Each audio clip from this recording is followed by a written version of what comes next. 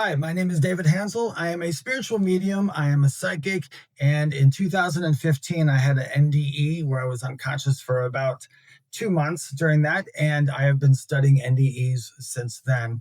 And today, I would like to talk about spirit guides, what they are and what they're not, and how you can work with them.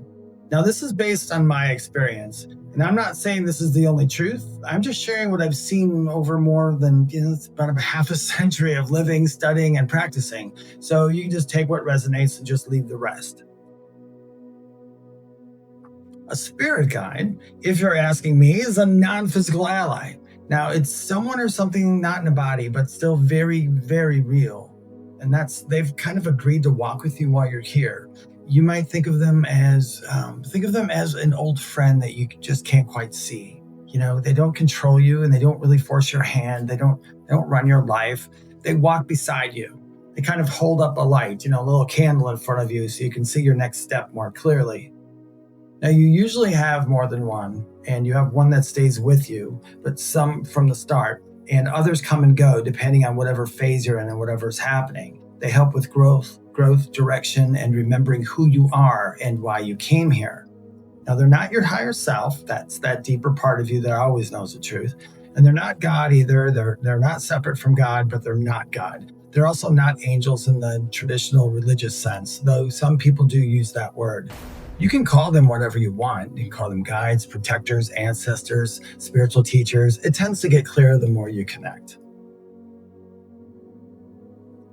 Across spiritual traditions, guides show up as ancestors, they show up as animal spirits, ascended teachers, or energy beings. Some say they're past life companions. Others say they're parts of your soul that stayed behind to help. It kind of varies, but the pattern's the same. They're here to help you grow into yourself, not turn you into someone else. Now, in religious language, people might call this guidance the work of the Holy Spirit or something else, or a saint, or a messenger angel, or every tradition has its own way of explaining divine direction, really. The labels shift, but the sense of being gently helped along is shared. Now, from a specific psychological lens, spirit guides are often explained as inner archetypes or helpful mental constructs, the mind's way of processing challenge or change through symbolic figures. That makes sense too. Just because something shows up from within doesn't mean it isn't real, though. Now, here's where I found that things get kind of murky, kind of go crazy. Lately, I've seen more and more people using their guides like they're prediction machines. They'll say, my guide says this person is about to fall from grace, or my guide told me a certain celebrity is going to get married, or my guide gave me a world prophecy. And then when it doesn't happen, they say the timeline shifted or that the guide didn't want to be specific. And that's not what this work is for. Now, I'm not here, trust me, I'm not here to shame anyone. We've all misstepped. But I kind of believe myself that if you're using a guide to say something you wouldn't claim on your own, that's not a guide. That's more of a scapegoat. And if you're giving guidance to others, especially publicly, the least you can do is be honest about where that information is coming from. If you sense something psychically, own it. Say, hey, you know what? I picked this up. Don't pass it off to a guide so it can be questioned so it can't be questioned. Because real guides don't give you messages just to make you sound mystical.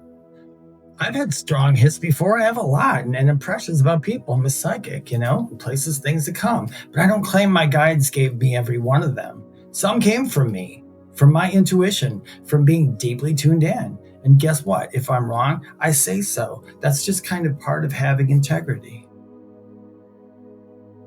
Spirit guides, they can be quiet. And they're not always talking. They can be funny too, because mine have a sense of humor, especially when I'm down or I'm not in a good mood. But they're not content creators. They're not giving daily briefings on world events. And they're not really here to help you go viral, unless maybe that's on your path. They kind of show up when something important needs to be remembered. Something about your path, your healing, or your pattern, or your potential. They might highlight a truth you've been avoiding or affirm something you already sensed. And yeah, sometimes they say nothing at all. That silence is actually part of the wisdom too. If you're trying to connect with a guide, start by getting quiet. Not to be mystical, but just to hear what's already in the room. Meditation helps, not as a performance, but to get familiar with your own energy. Meditation's awesome. And that way, if something shifts, you'll notice. It's like walking into a room where someone's upset. You know how you don't need words to know it, you just kind of felt it? It's the same thing. You want to know your energy. Ask for signs, but pay attention. They might come gently at first, a thought, a pull, a line you read that lands just right. If you notice those, they'll get louder. But guides don't show up on command, really. They show up when you're ready.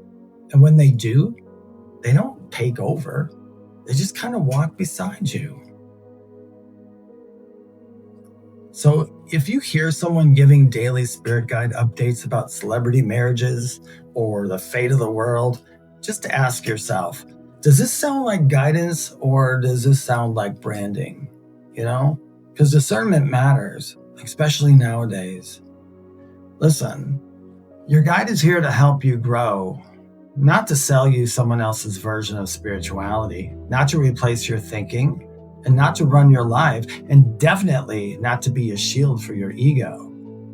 Real guides are about the long game, the slow work, and the steady remembering. And if you're someone walking this path, whether just starting or you're deep into it, well, keep listening, stay open, and above all, please keep your integrity. Because the more grounded and honest you are, the clearer your connection will become. And then, when that happens, you'll know when it's actually real. So, I want to thank you for watching. If this hit home, please feel free to subscribe or tap the bell so you don't miss the next one. Thank you for watching. Bye-bye.